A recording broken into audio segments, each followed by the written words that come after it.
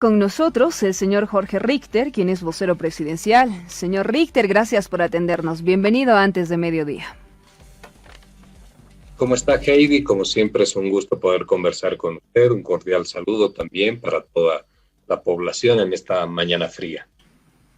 Mañana gélida. Está en tratamiento en la Comisión de Constitución el proyecto de ley de emergencia sanitaria. Muchas repercusiones, seguramente el señor Richter las escuchó. La misma debería estar tratándose en la Comisión de Salud. Hay probabilidades de que desde el movimiento al socialismo estén tratando de parcializar esta normativa, señalan. ¿Cómo responde, señor Richter? Hay que mirar lo que significa el espíritu de la ley y fundamentalmente ver las necesidades que se pueden tener en una sociedad cuando se está atravesando un momento y una etapa de crisis sanitaria como la que está afectando el país. Hoy en día vivimos una pandemia significa una crisis a consecuencia de una raíz, de una enfermedad incontrolada en el mundo. Y esto significa también enfrentarse a situaciones que no están contempladas dentro de lo que significan el conjunto de enfermedades normales, el conjunto de enfermedades conocidas y controladas con las capacidades que cada uno de los países tiene instalado. Precisamente este es el elemento central de la pandemia que genera una crisis y una situación de aflictividad sanitaria. En ese sentido, es importante, absolutamente importante, que el país pueda tener respuestas dentro de sus capacidades lo más rápidas posibles a lo que significa poder enfrentar esta situación. Y esto requiere a su vez que en ese momento y en ese tiempo de situación fuera de la normalidad cotidiana en lo que significa el sistema sanitario, el Estado central pueda asumir algunas respuestas rápidas, no solamente en la parte administrativa y en la normativa, sino también y fundamentalmente en el asumir decisiones, presencias en el territorio nacional cuando las entidades territoriales autónomas, en el caso nuestro, son superadas y son rebasadas. Es una situación de anormalidad que requiere una respuesta rápida porque está, por supuesto, en juego siempre la vida de los ciudadanos y en esa perspectiva lo que esta ley señala, y ese es su espíritu, es posibilitar al país una situación de control a lo que significa también el establecimiento de una enfermedad que genera, en consecuencia, crisis sanitaria. Tenemos que tener respuestas rápidas. Hemos aprendido que existen dificultades de orden normativo, de orden sanitario, en infraestructura, en movilización, en muchos temas de coordinación o en superación de las capacidades de las regiones y de los municipios en el país, y esa es la perspectiva que tiene la ley, ¿no? Eso. Remitir esta normativa para que sea tratada en la Comisión de Constitución obedecería a que la misma se trate con mayor rapidez. ¿Estoy en lo correcto, señor Richter? Se necesita una ley de emergencia sanitaria para varios aspectos y se necesita también que ésta pueda estar debidamente consensuada. Ese ha sido el sentir del llamado o la intención del llamado al diálogo con los sectores que habían anunciado a inicios de semana esta medida de paro y, si se quiere, y vale el término, de resistencia a la aprobación de esta ley. Que se vaya consensuando es lo importante, que se puedan encontrar puntos compatibles en el criterio, en el espíritu, como le digo, de lo que señala evidentemente la ley y de su verdadera intencionalidad, y en función de eso poder tener este instrumento legal y poder avanzar en su aprobación.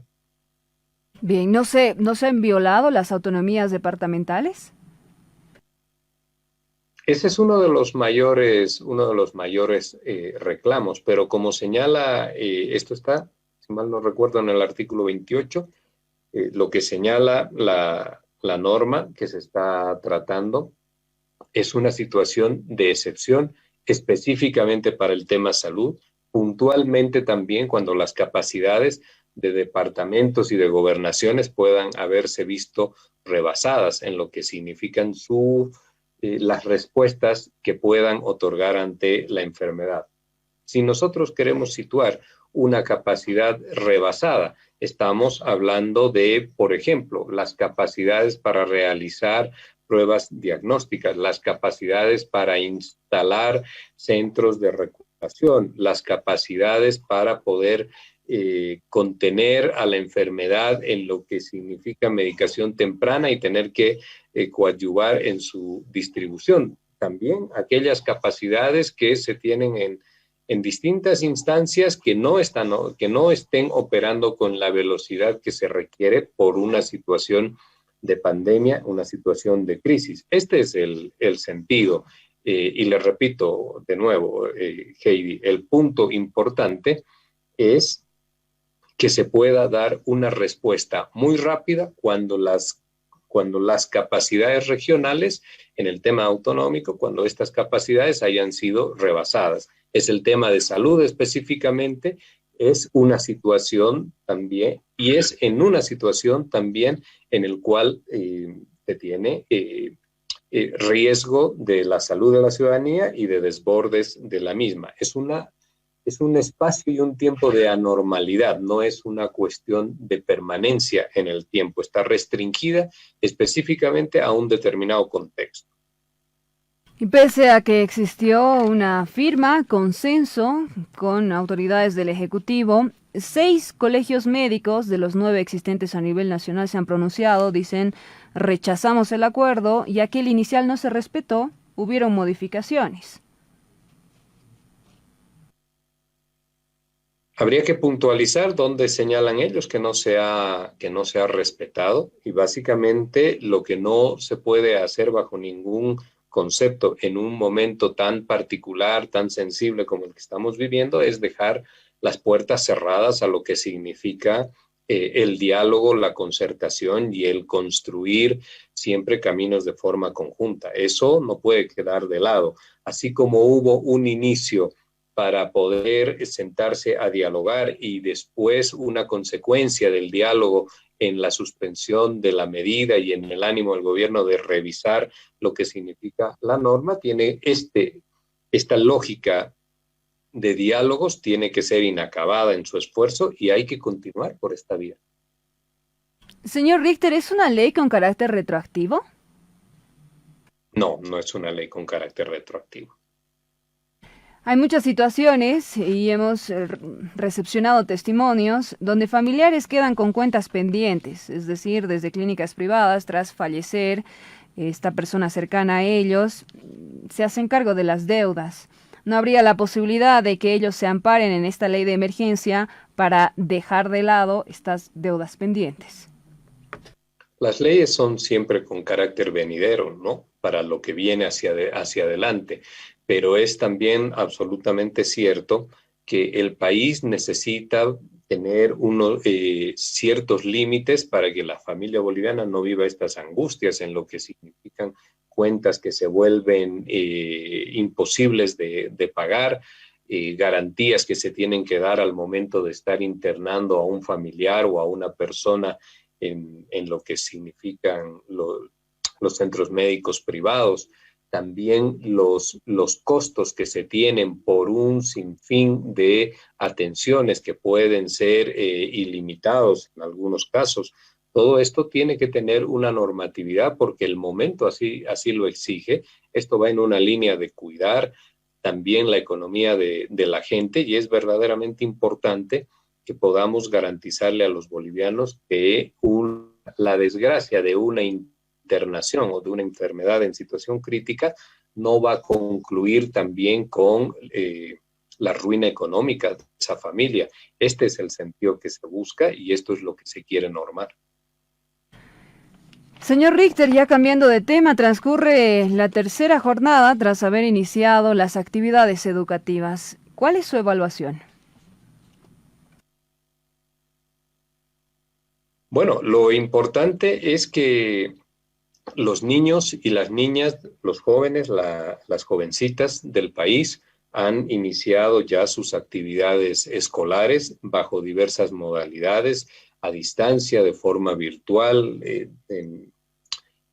también con características semipresenciales, etcétera. El hecho importante es que se retomen nuevamente las labores educativas en el país. Esto se ha iniciado seguramente, como siempre, es un hecho también producido como consecuencia de la pandemia en un ambiente de anormalidad, pero lo verdaderamente importante es que esto haya dado ya inicio. Le decía, tendremos que hacer seguramente muchos ajustes necesariamente para que podamos encontrar niveles más óptimos en lo que significa la educación televisada, en lo que significan las transmisiones, las plataformas de Internet, las capacidades que tienen nuestros niños y niñas para poder acceder a la misma, en algunos casos con las dificultades que se tiene por la ausencia de algunos equipos, pero no podemos negar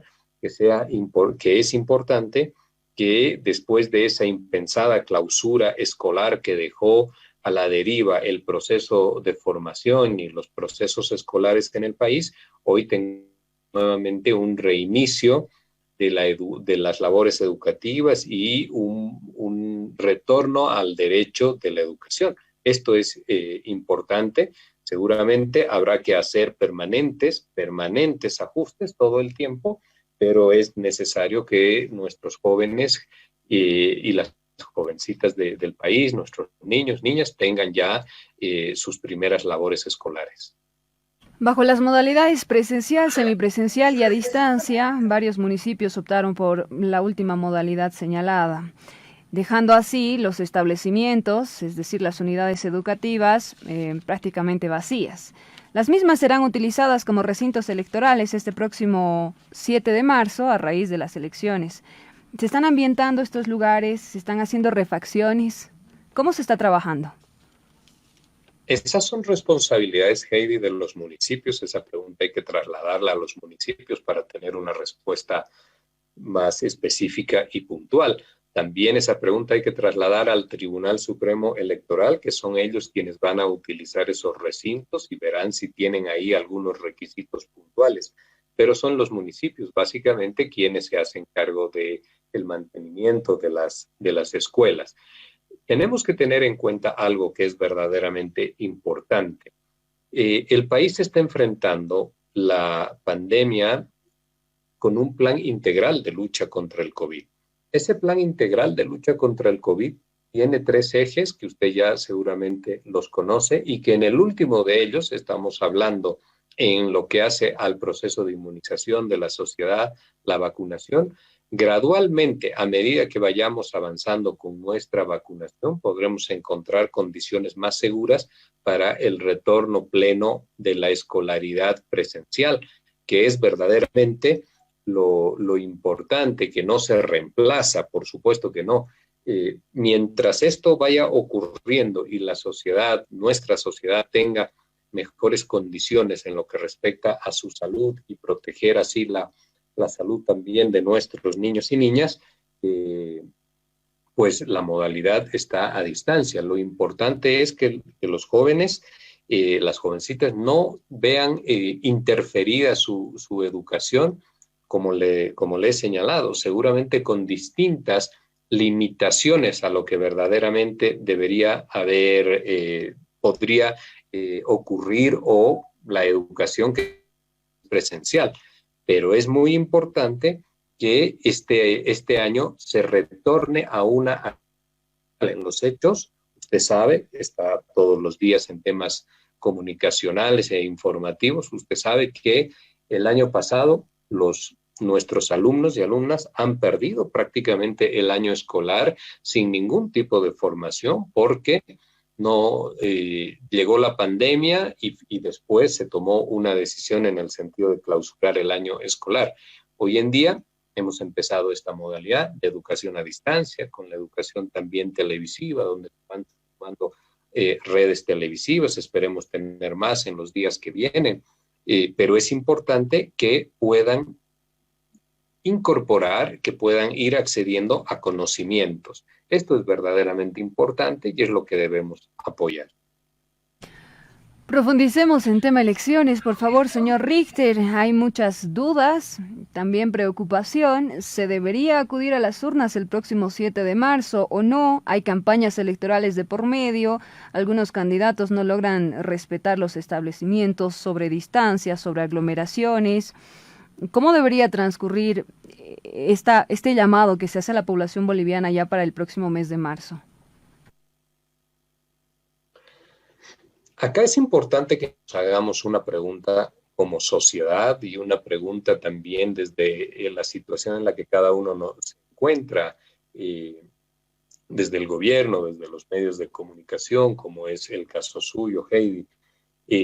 Cuando miramos el accionar, la actividad, la dinámica de nuestras sociedades en su cotidiano vivir, con las formas en este momento prácticamente ininterrumpidas de lo que significan las acciones comerciales, las acciones económicas, las funciones que cada uno cumple, genera desde su perspectiva laboral para poder hacerse con el ingreso necesario, y trasladamos este elemento o esta imagen, si usted quiere, a lo que significa un día de jornada electoral, pues ahí habría que responder cuál es el elemento suplementario de riesgo que efectivamente tiene una sociedad cuando asiste a una jornada electoral, y explicar a su vez en qué se diferencia esto de una jornada diaria de las que vivimos hoy en cada momento. Lo que le quiero decir es lo siguiente. Hoy funciona el sistema de transporte, funciona el comercio, funcionan los emprendimientos y las actividades gastronómicas, funciona la banca, funciona el comercio informal, funcionan las ferias en distintos puntos de las ciudades. Esto ocurre acá abajo, como también en el Alto, funcionan los mercados populares. Estamos en una actividad, podríamos decir, casi plena, con medidas de bioseguridad que cada uno de nosotros debe llevar. Seguramente no son las óptimas. Hay gente que todavía puede caminar sin barbijo. Son pocos, pero caminan sin barbijo o no utilizando debidamente el barbijo. No hay distanciamiento social en muchos casos y tampoco la utilización de el alcohol de manos o el lavado de manos. Sin embargo, esta que es una realidad, con todo el esfuerzo que hacen los bolivianos, que eso hay que reconocerlo también, un esfuerzo por no abandonar su actividad económica y su subsistencia. En esa perspectiva deberíamos poder responder cuál es la enorme diferencia que se quiere o se busca encontrar con un proceso electoral. Ya hemos tenido el 18 de octubre un proceso electoral en una situación de pandemia y hemos visto que las estadísticas no se han disparado. Lo que le quiero también decir es que ya en la perspectiva del gobierno, nosotros trabajamos según la fecha que tiene determinada la convocatoria electoral. Esto es el 7 de marzo. Los diferentes partidos políticos que intervienen en el proceso electoral tienen que también tomar sus responsabilidades y sino, mejor dicho, planificar sus campañas con el cuidado hacia la población, hacia sus militantes, hacia la ciudadanía, seguramente.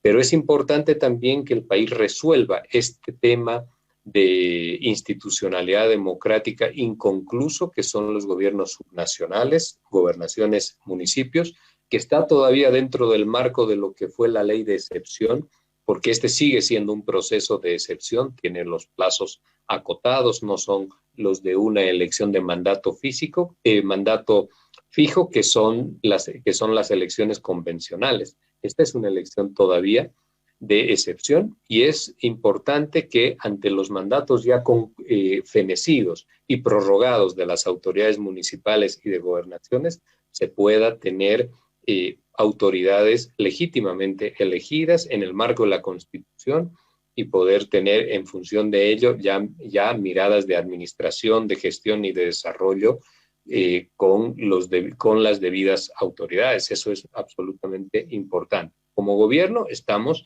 siempre en la mirada y en la expectativa de lo que está haciendo el Tribunal Supremo Electoral, la Asamblea Legislativa Plurinacional, que acompaña este proceso con una normativa puntual y específica.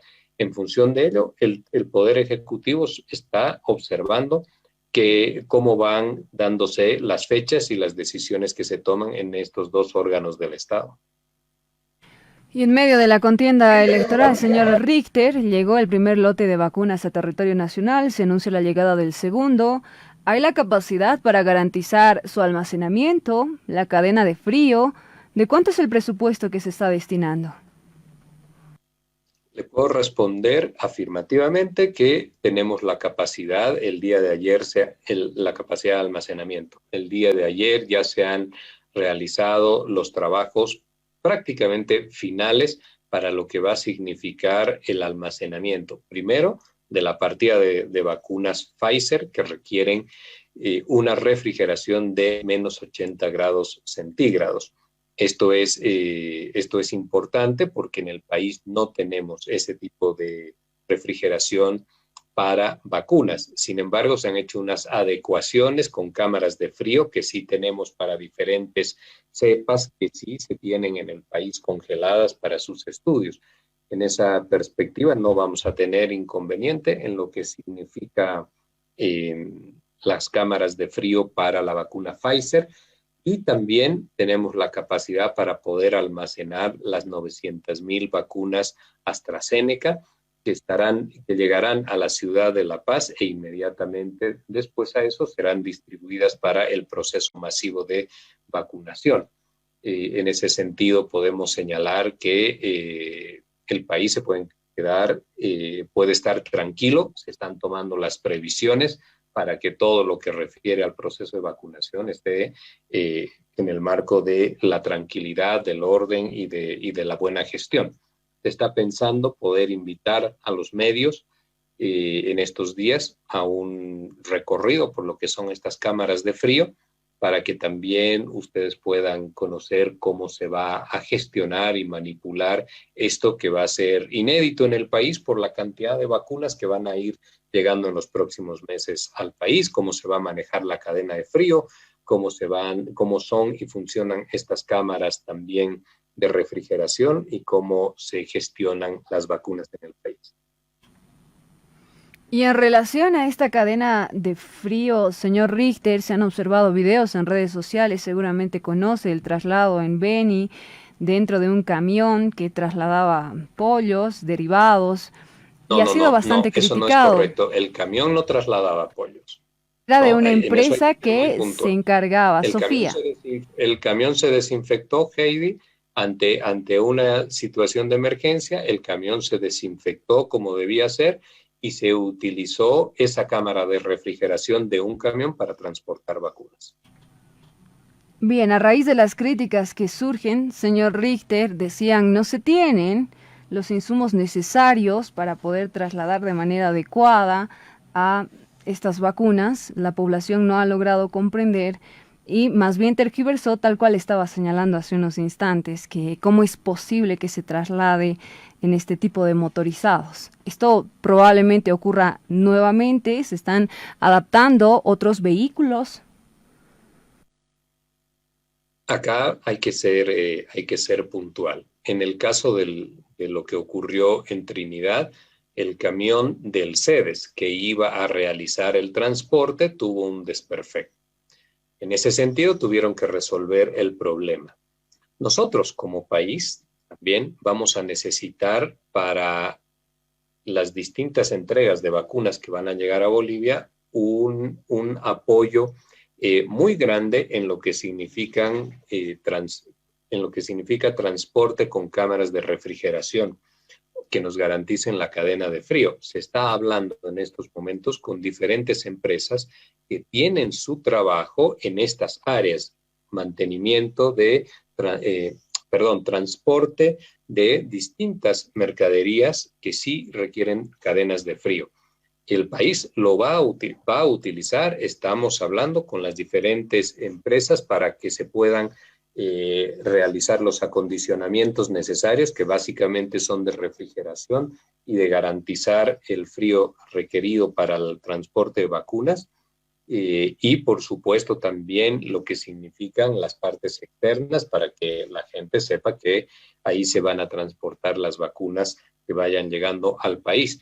Esto es absolutamente necesario de poderlo hacer. Como le he dicho al principio, vivimos una situación impensada donde van a llegar una enorme cantidad de vacunas al país y esto requiere una infraestructura que el Estado no la tiene hoy en día y no la tiene porque esta es una situación de anormalidad. Si usted adquiere, por decirle algo, esto es solamente un ejemplo, 50 o 60 camiones con cámaras de frío, en situaciones de normalidad, ya no de pandemia, pues ya no lo va a requerir, no lo va a necesitar. Entonces, lo que se hace en estos casos es contratar a aquellas empresas que pueden ofrecer estos servicios y eso es lo que se va a hacer. Esto es lo que ha ocurrido en el departamento del Beni. Y le hago ahí una puntualización que también es importante, porque así como fluye la información por las diferentes redes sociales, de forma permanente se hacen referencias y no hay un conocimiento de causa plena. Quien tenía ya que realizar ese transporte y realizó en el Beni es el CEDES del Beni. El CEDES es una instancia que depende de las gobernaciones. No lo digo como una forma de señalar una excusa, lo digo que siempre es absolutamente necesario tener un conocimiento pleno de lo que se está diciendo, una puntualización correcta de la idea y del concepto que se expresa. Fue el CEDES, pero en criterio nuestro tomaron una solución necesaria para poder resolver el problema y que las vacunas no se puedan perder. Se ha tenido, como usted ha visto también, el día de ayer la inauguración del plan de vacunación en el Beni, se ha sobrepasado el problema de forma finalmente eficiente, las vacunas están cumpliendo su rol y eso es lo que verdaderamente importa y lo que verdaderamente hay que mirar. La empatía nuestra de todos, tiene que estar con la solución de los problemas antes que buscar cualquier asociación que pudiera ser negativa para tratar de obtener algunas ventajas que ya tienen alguna intencionalidad seguramente o algún matiz político. Concordamos, señor Richter, mediante las plataformas digitales hoy en día es muy poco probable que a la población se le escape algo. Por ello es la inmediatez de la información, que, como señala, es necesario sea corroborada. Días atrás, mediante el Decreto Supremo 4460, se anunciaba que se restituye la exigencia de visas para ciudadanos de Israel y Estados Unidos. Desde el sector turismo compartieron con nosotros su preocupación, aseguran buscaremos un encuentro con autoridades, ya que nos afecta de sobremanera, ya cuando se reinicien los viajes, las visitas. Se trata de personas que ingresaban con frecuencia a territorio nacional deseando conocer la riqueza de Bolivia. ¿Habría la posibilidad de una negociación, de algún cambio? Si existe un elemento que debe caracterizar, y creo que ya en todo este tiempo lo ha estado haciendo, caracterizar, digo, al gobierno, donde nosotros no nos hemos cerrado a ni una sola negociación, es precisamente establecer espacios de diálogo. Efectivamente, como usted señala, se ha impuesto esta restricción y en lo que sigue, si es necesario poder dialogar y si además necesitamos escuchar a las agencias de viajes, a los sectores vinculados al turismo, pues el gobierno, sin lugar a dudas, no tenga usted la duda que lo va a hacer. Si tenemos este requerimiento, por supuesto que eso sí se implementa, el diálogo como un mecanismo explicativo o de acercamiento de las partes o de acuerdos en función de las necesidades de diferentes sectores. Tras el anuncio, horas más tarde, Estados Unidos daba a conocer una lista de aquellos países no recomendados para viajar por la pandemia. Allí está Bolivia. Es un criterio que tiene el gobierno de los Estados Unidos. Sobre eso no hay mucho a qué referirse. Los estados son absolutamente independientes de tomar sus decisiones. Nosotros podemos ya, eso es distinto, compartirlas o no, pero esa es una decisión de los Estados Unidos. Bien, señor Richter, le agradecemos este tiempo compartido. Esperamos tener otra oportunidad para seguir conversando. Que esté muy bien. Buen día. De pronto, Heidi, de pronto solo un comentario, final. Eh, pues los Estados Unidos hace esas recomendaciones, pero nosotros también vemos que la situación de la pandemia allá es todavía más dramática de lo que se vive en nuestro país. Pero bueno, como le he dicho, los países son absolutamente libres en función de ese universal derecho de autodeterminación de los pueblos a poder tomar sus decisiones. Como siempre, Heidi, agradecerle a usted la amabilidad de ofrecerme este